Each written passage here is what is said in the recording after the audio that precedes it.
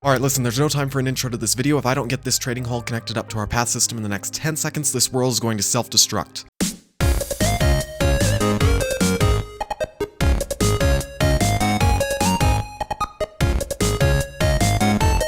Alright, miners and crafters, we are back to placing blocks, and if you recall at the end of the last video, I said it has taken me about 3 weeks to get this video put together, so hopefully I'll have the next video out for you guys a little bit quicker than that. Yeah, that didn't quite happen. As I'm recording this, it has been 18 days since that last video came out. Got a little bit behind between the holidays and some stuff going on in personal life, but we're back at it. We've got some more paths here, and I went back to the old block suit method on this section, and I'm really not happy with it. But regardless, I think I'm just going to leave it as it is. It's quite ugly if I pop out into free cam here. This section in particular looks quite nasty.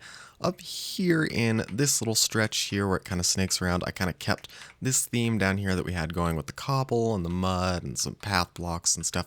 And I'm actually quite happy with this portion, but up here everything just kind of fell apart. Let's move on, shall we? So what are we going to get up to this video? Well, I've got a couple of different plans. I teased at the end of the last video that we would be putting in a bridge where this rail system is running between the villager breeder back there and the big old villager trading hall that we built in the last episode, and that is done. Well, it's not built, but the design is done. If we pop over into my creative world here for a second, you can see this is the design I landed on. It's pretty simple and straightforward, mostly just stone, a little bit of cobble and mossy cobble, some andesite, stone bricks.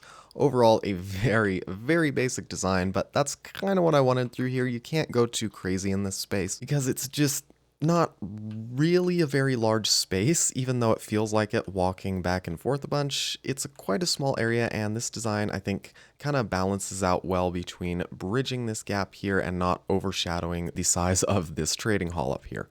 And that should tidy up this area quite nicely. But enough of that increasingly boring rambling. Let's click on Lightmatica and get to work on building this bridge.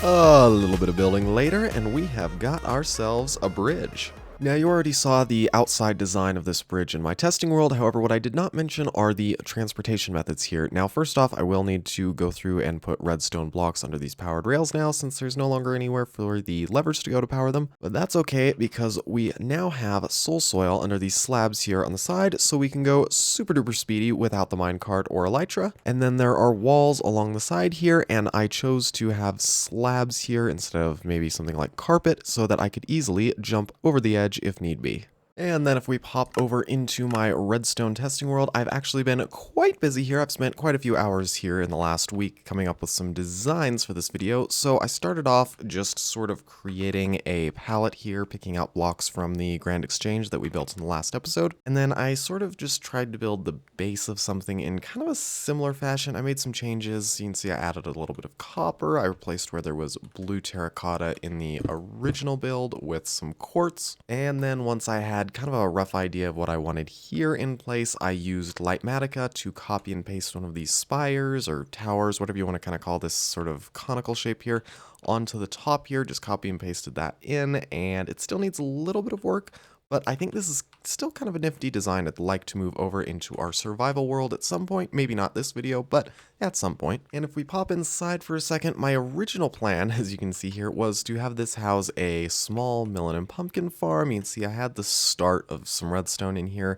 However, I quickly realized there was no way I was going to be able to make that fit once I went over and actually got to designing such a farm. This is the design I landed on here. It's just, you know, just a little bit, just a teeny bit bigger than that tower behind me, so we're gonna have to come up with something else to build around this. But if we come back into our survival world here for a second, I can show you around. We've got this sort of cave area right here, and to give you kind of a sense of where we are, that's our villager trading hall that we built up in the last episode, and right down there is our survival base that we've been working on as well. But turning back over to here, there is this, I guess you'd call this a cave, and I think this would be a perfect spot to put in a melon and pumpkin farm. There are a few blocks here I'll have to take out, but overall this is a nice decent space that's already cleared out, and then I can just build over it with whatever build I'd like without having to be constrained by space to actually fit the farm inside of the build. But I'm rambling again, so let's get some resources together, put some music on, and get to building this thing.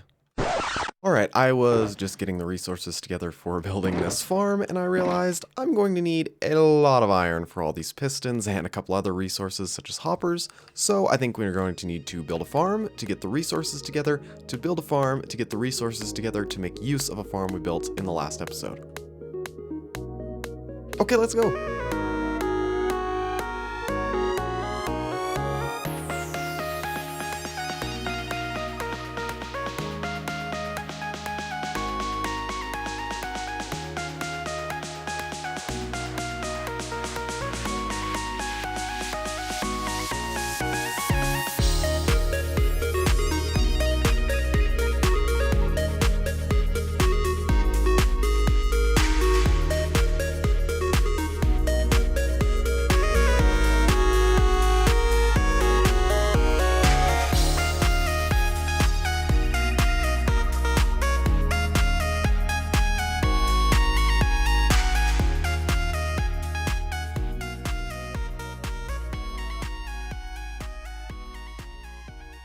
Alright, a little bit of building, demolition, and reconstruction later, and we've got ourselves an iron farm. So you might have seen in that time lapse, I originally tried to build the iron farm over here. However, I realized that getting villagers all the way from our breeder over at that village up to there was going to be a little bit more work than it was worth. So I decided it would be quicker and easier to just tear everything down and then move it all the way over to here so that I could just bring them straight off that bridge and right over here. But prior to tearing down that initial iron farm and rebuilding it, something strange happened while trying to move villagers over to that original site, so let's jump back in time a little bit and see what that was all about. What? Okay, this is really bizarre. Alright, so I set up this little dirt hut here to hold the villagers halfway between the breeder back over at that village over there that we set up, and the iron farm that we're building right up there. And I set this up here because I ran out of rails. However, if we walk along here, something you might notice is that I also ran out of powered rails quite a while ago. If we come around this corner here and walk all the way back, right there is where I ran out of powered rails. From here to there, that's a pretty big distance to cover without any powered rails, considering over on our bridge I have a powered rail every 7 blocks. But if we come back over to here and get one of these guys, let's see, let's get a minecart in there. If we get one of these guys in here and then fly back over here, let's land right on top of this tree so we can get a good view. Okay, here he comes. Here he comes. And there he just crossed the last powered rail. And now if we follow him, I don't understand. I do not understand how this is working. I'm almost tempted to just make rails to get him all the way up there if this is going to continue. I have no idea what's happening here. How is this moving without any power behind it? So yeah, I'd be really interested to hear down in the comments if anyone knows if maybe this is a known bug with 1.21.3, because I also moved some villagers into here. I got some toolsmiths in this wing of the trading hall, and I moved a librarian. If we look at these rails here, all regular rails, and I managed to move a librarian all the way up to here. I'm not complaining, but it's still not right. But villagers deciding to break Minecraft's already lackadaisical laws of physics aside, I think now that I've got a few stacks of iron on hand from this farm behind me, it is time to get those materials together and actually get to building this first farm that I actually talked about at the beginning of the video, instead of building the farm to build the farm to build the farm to build the farm to build the farm to build the farm to build the farm. I've got a couple boxes here filled up with some redstone goodies and a schematic laid out, so let's put some more music on and get building this next farm.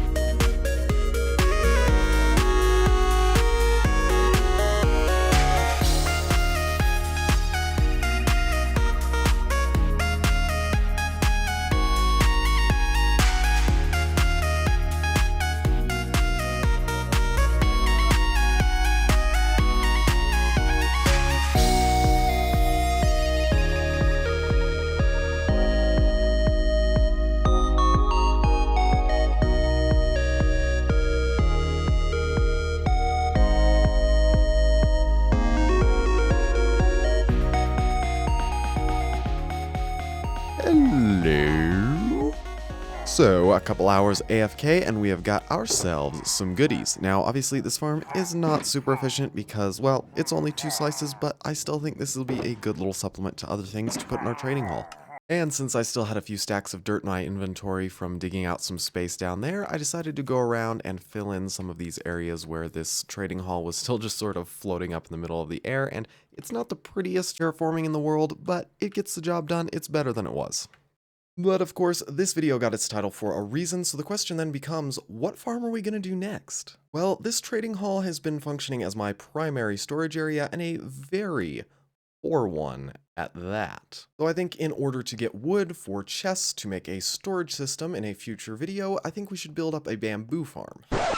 Yeah, about that. Most bamboo farms, such as this random image I found online, use a piston flying machine to harvest the bamboo, which means we're going to need to build a slime farm. I told you this video got its name for a reason.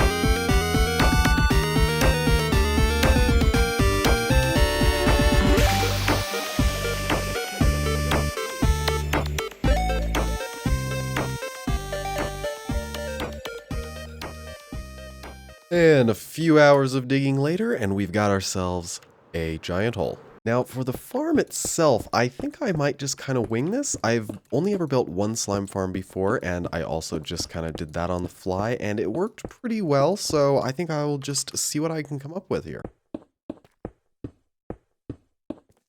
Alright, I've got a platform in, and I think if I count in 1, 2, 3, 4, 5, 6, 7, 8... Let's see, somewhere around here should be the center, I think. 8, so more like this. That should be the center there, and then I think I can just make a hole around there. Then actually, I think in theory, if I have an iron golem there, I can leave just a 1-block gap, and then I think the golem will break them down till they're small enough to fall through a 1-block gap, I think. It's been a few years since I last did this. But wait, now how's that gonna work? Don't you want the golem on a 1-block center? Coming up with this on the fly may not be quite as easy as I expected. I suppose another solution instead of having the collection area in the center would be to have it at the edges, have one at each side, and then have the golems in the wall over there, and then just kind of have like a row of 1 or 2 blocks here that they could fall down. That might be a better way to go about things. Yeah, I think that's a better way to go. So I'm going to go ahead and try that out. All right, I think that ought to work quite a bit better. And actually, now that I'm thinking about it, I don't even need to take all of these blocks out. I think if I just leave like a 3x2 hole here or so, they should be able to fit down. Maybe, I think a 2x2 is big enough even for a slime's hitbox. And hopefully that will attract the attention of any slimes that spawn in no matter where they are. Now, if it doesn't, I can always go back and add a little chamber for an iron golem at these ends of the farm as well. But I think that is close enough together that we should be able to grab their attention. And if I just set up with some scaffolding here, this is about how high we can go with the farm. We've got, let's see, we'll have a 3-block gap in between. So got like 1 there, 2, 3, 4, 5. This maybe be like an 8 or 9 layer farm, it looks like. So I think we should be able to make this pretty efficient. So just to reassure myself a little bit, I went ahead and put in a few slices on this farm and then got myself up in an AFK spot. And what do you know? Slime! Well, I would call that a massive success. I haven't even lit up any of the nearby caves yet, which there are a lot of. And we've already got some spawning in within a few seconds. That is a very good sign. So I went ahead and got the rest of the platforms put in place. I actually have one too many here. This one at the top actually won't be able to be used because it's at Y41. Wound up one block too high somehow. But I hear slime. Ooh. Alright, hey buddy. Let's see. Oh, this is the worst level for you to be on because I don't have any spot to jump into here. Oh, will he not fit down that hole? So is the hole not deep enough like this? Will that, or is it a matter of width? Both. Interesting. Okay. Well, I think I'm just going to ignore that for the moment and try to come up with some sort of collection system here. Let's see. I'm terrible about water mechanics. Yep, that's gonna flow into there. So, let's see. If we dig it in one block, does that stop it? Yes. Okay. That's good. That's progress. So if I just pop over into the nether and grab some magma really quick, and then coming back down here, if we set up a simple little collection area really quick, chest, let's see, I got a couple of chests here somewhere, there they are, do chests there, and then we'll take a couple of hoppers, put those into the back of there like that. And then, let's see, we're going to need some rails, some powered rails, some regular rails, levers. Get a little lever action going, a little bit of powered rail business, not like that. Then throw down a little hopper minecart action like that. And try to get out of here without disturbing them. Oh, yep, everyone goes. Come on, get moving. Oh, this is a mess. Okay, I'm finally out. And pop that guy there, and then if I grab the magma and fill all this in. And I just thought I'd pop over into my redstone testing world for a second and do a little experiment here, and it looks like we're in luck. The iron golem will break the slimes down into a smaller size like I thought. Give this guy a second here. What's going wrong, buddy? Oh, is he? I think he might be fixated on these smaller ones. Let's see if I dig this way down to where they should be out of his line of sight. Is that? No, that doesn't fix it. Oh, come on. This was just working a second ago. Okay, back to the drawing board. Never mind, I figured it out. So, we just needed to get rid of these blocks here in the corner so that the full-size slimes could actually get in there. Actually, don't even need walls there. I think I could just take that out. Now, if I spawn in a slime, hopefully a big one, now, should be able to hit him. Come on. Come on. There we go. Okay, actually we do want blocks there. Yep, because that sort of forces them this way. Obviously, in the actual farm, they won't be able to get over this on this side. So I think walls in front, fence posts down. That should work. Should. I have no idea what I'm doing. Alright, we've got a chance for our first little test here. I don't know if this guy'll spawn in with this many blocks around, but... Yep, there we go. Oh, get out of the way. And free cam this. Hopefully. Come on. You can do it. Whoa, what are we hung up on here? Why can't you reach him? Okay, let's try breaking some of these blocks. Okay, that seems to be working. I don't know how much of an effect I'm having on it by standing there.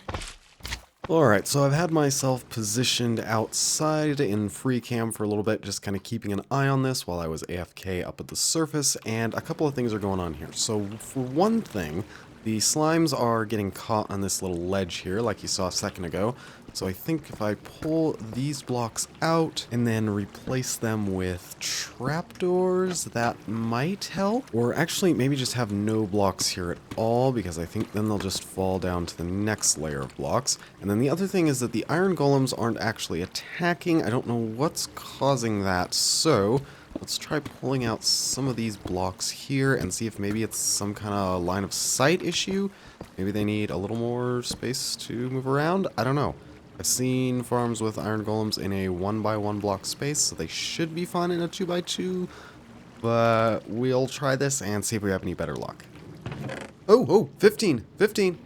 For a little context there have only been 10 slime balls in there while I've been testing this. So for 20 minutes AFK, that's not the best. Oh, we got a guy here. Let's see if we can watch the farm in action.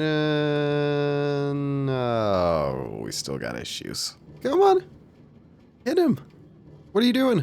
Oh, this is not going well. Well, I think I'm gonna have to concede defeat here and just give up and find a swamp biome in a future episode to build a more proper slime farm. But with that said, this isn't a total failure. It will still hopefully provide us with a little trickle of slime. What's going on here? Oh, I can't help myself. I gotta see if I can fix this. I thought... Just be glad it's not a hardcore video. At least you can go back and get your stuff. As I was getting ready to say, this was not a total loss, at least I don't think. It'll still provide us with a little trickle of slime, nor was this video a total loss. We got a bridge built, we got an iron farm built, we got a melon and pumpkin farm built, we did a little bit of terraforming, we got some more paths built, and we at least made an attempt at a slime farm. And while I may not have got as many farms built in this episode as I had initially hoped, I still managed to get a few done and make some progress towards the future of this series. And I ended the last video by saying it took me about 3 weeks to make, and I didn't want it to take me that long with this one, and that is something I accomplished. Instead, it took me 3 months. So given that absolutely stunning success, I think I'm going to set myself another time goal on this video, and I'm going to say have episode 4 of this series, right? That's going to be what episode we're on? Out by the end of the year. That's right, New Year's 2026, that is my goal, to have the next video out in this series. And I don't know about you, but I think that is a pretty ambitious time frame to reach for. So with all that said, I'll hit you with some statistics and then hit the hay at the end of this fine Minecraft day. We are currently on day 633, and popping into statistics, we have played for, drumroll please. You're gonna have to provide the drumroll yourself, that's not in the editing budget. We have played for a whopping 6.65 real life days. And all that's left to say is,